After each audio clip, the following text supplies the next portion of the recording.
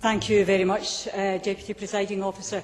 Many speakers this afternoon have articulated a sense of déjà vu, and as Angela Constance made clear in her speech, we've learned one overwhelming lesson, that the process that actually happened this week, the critical ability to give ground on key areas that matter to other parties, the ability to tie down details and actually clinch a deal, should actually have happened the week before. If that had happened, perhaps last week wouldn't have happened.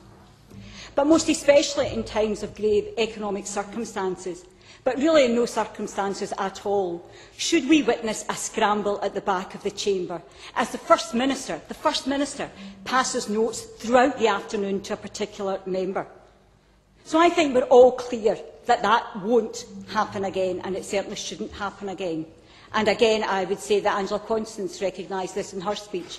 So in that context, I think we should recognise that the SNP government have learned the lesson that that is not how a government should negotiate, and they won't negotiate like that again in the future. So it is in that spirit that we welcome that Labour's central proposals have been given reconsideration.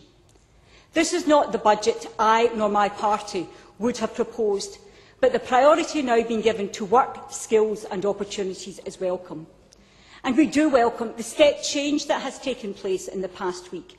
And that step change is about the attention and support given to the substance and the coherence of Labour's package of proposals. I suppose it's not surprising that Labour's flagship proposal should focus on apprenticeships and skills and the broader impact on the Scottish economy.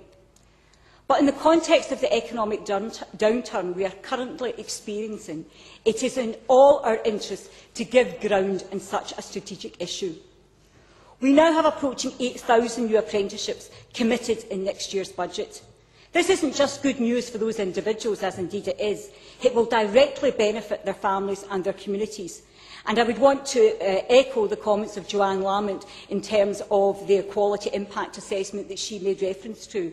For those of us who were members of the first Parliament, and a number of the SNP government were, I'm sure we don't need to remind them about the things that they said then about the budget and equality, and I hope they become truer to their words now than they have been so far.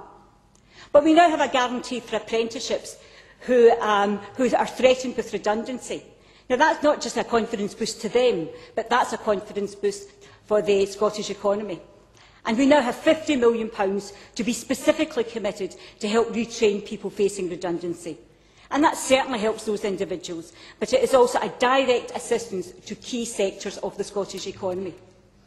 And it is because of this progress that it is right to negotiate and compromise. And I would have to part company with Patrick Harvey, whom I recognise the passion behind his words, and I think he is right to flag up the significance of the climate change crisis that we face and the significant action of government. But there are times where it is right to negotiate and to do a deal, and I do think the government has made enough progress, just enough, for allowing us to go through to support this today. But I would also want to put on record that I still have deep reservations about this budget, and I hope the government will not be arrogant after today's vote and assume somehow that they can suspend all criticisms of their action, because that wouldn't be a fair price to pay. My deep reservations are still profound. This SNP government has been grossly unfair to Glasgow, and that's something that I will remind them of. This SNP government has presided over a host of missed opportunities, and that's something I will remind them of. I could never be comfortable with a government that has developed such a close working relationship with the Tories. You both think that all it takes is a tax cut and you have ticked the business box. Certainly. Fitzpatrick. I wonder if the member can tell us her views on the coalition that runs Dundee City Council, where the administration requires the support of the Conservatives to get its budget through and to run the council on a day-by-day basis.